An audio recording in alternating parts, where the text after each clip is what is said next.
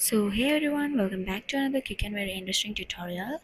So in this quick tutorial, I'm going to show you how to turn off Show Brave Wallet button on Brave. So for that, we just need to open Brave. After opening it, here on the top right corner, you can see here three lines. Click on there, and then here at second last option, you can see here Settings. Click on there.